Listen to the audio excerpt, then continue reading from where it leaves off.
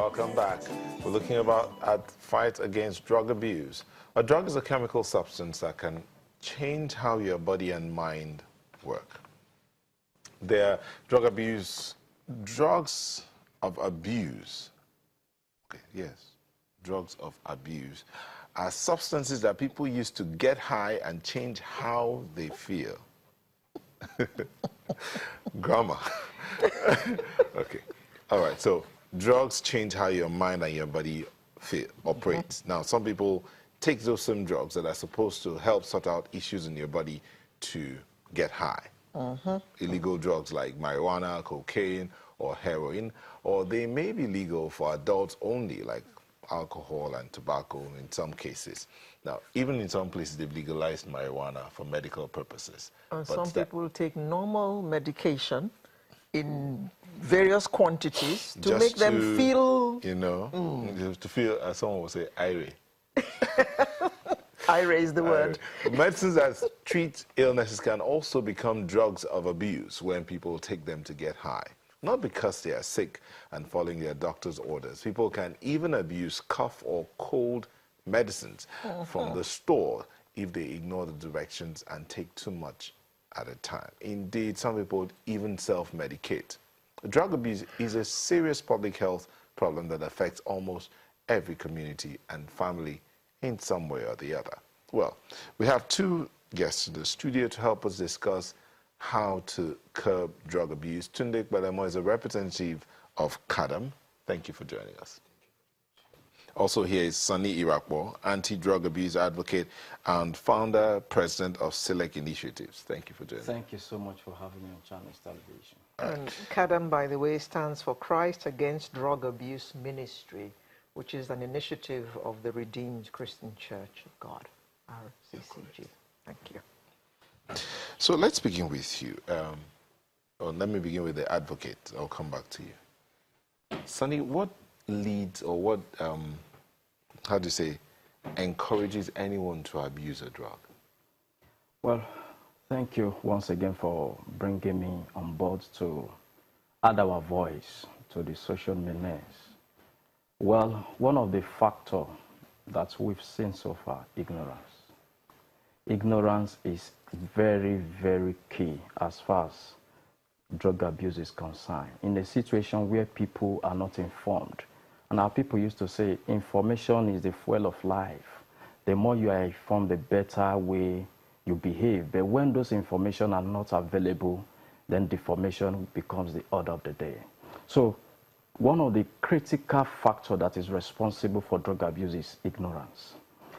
Then we can also talk about what we've tagged parental deprivation. We call it social pathologies. Social pathologies, we look at it from parental deprivation. We look at it from the unemployment angle. We look at it from peer group pressure, economic depression, and all that. Sorry, let me take you back a bit. You said ignorance. What do you mean by ignorance? I mean, a friend gives me Igbo to smoke. I smoke Igbo, and I feel funny. Funny, maybe I feel good, or I feel too good, or I feel bad. Can I not take a decision there and then whether I want to continue to get this feeling of whichever way I swung to? It is easy to start, but hardly to break. One of the things that we need to look at is this. Some of these people that are going into taking this thing, they don't know the dangers. They don't know the chemical composition of what they're taking. So immediately they go into, once you take in, for example, marijuana, your brain is conditioned at that time. So once you take it, he will send a signal to your, that's why we call it psychoactive drugs. He will send a signal to your brain that that thing you take that makes you excited, why not go back to it again and take it? So at that point, they are conditioned, their brain is conditioned. But what we are seeing right now is that most of them, they are not enlightened. They feel, oh, my friend is doing it. Let me join him and do it without knowing the consequences of what they are doing. So what we are clamoring for right now is for we to create a kind of awareness campaign about the dangers of drug abuse. If we fold our arms as citizens, corporate citizens, even the government, who are those that will manage the industries? Who are those that will bring out developmental ideas that will reposition Nigeria. If we must, begin to make move concerning the development of other nations. So what we are saying is that we need to properly orientate our youth. And also there is what we call value depreciation. No longer, for example, there is in a situation in a country where people celebrate mediocrity, people celebrate incompetence, people are, what we call hero worshipping is becoming the order of the day. People no longer celebrate people that are hard work. Materialistic consciousness of Nigerians is one of the problems. So until we sit down and call ourselves to order, why are we in existence? It is the value that my father has imputed into me. That is what I'm exhibiting today. It is the value the schools that I went to have imputed into me. That is what I'm telling the world today. So those values are very critical if we must solve the problem of drug abuse. And the federal government also must wake up, because a single finger cannot remove lies from the head. And that is our message. Okay, Mr. Pelemo, you represent CADAM, and you have been working with people who have abused drugs one way or the other. Am I correct? Very correct. From your experience, what have you found drives these young people to drugs? Okay. Thank you for having me on your set. I want to actually say that I'll be speaking from two backgrounds. One, personal experience as an ex-drug user, and two. So my question can well be, what drove you to it? Right. And then two, experience as one who helps other people now to get out of it. Most importantly, I want us to look at the framework of the individual. Every person wants to have well-being. Every person wants to have a sense of belonging. Everybody wants acceptance. Everybody wants approval.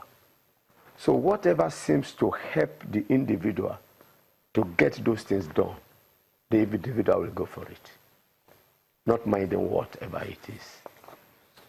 That is why someone who is thirsty longs for water. And as he gets the water, if he finds a respite in the water.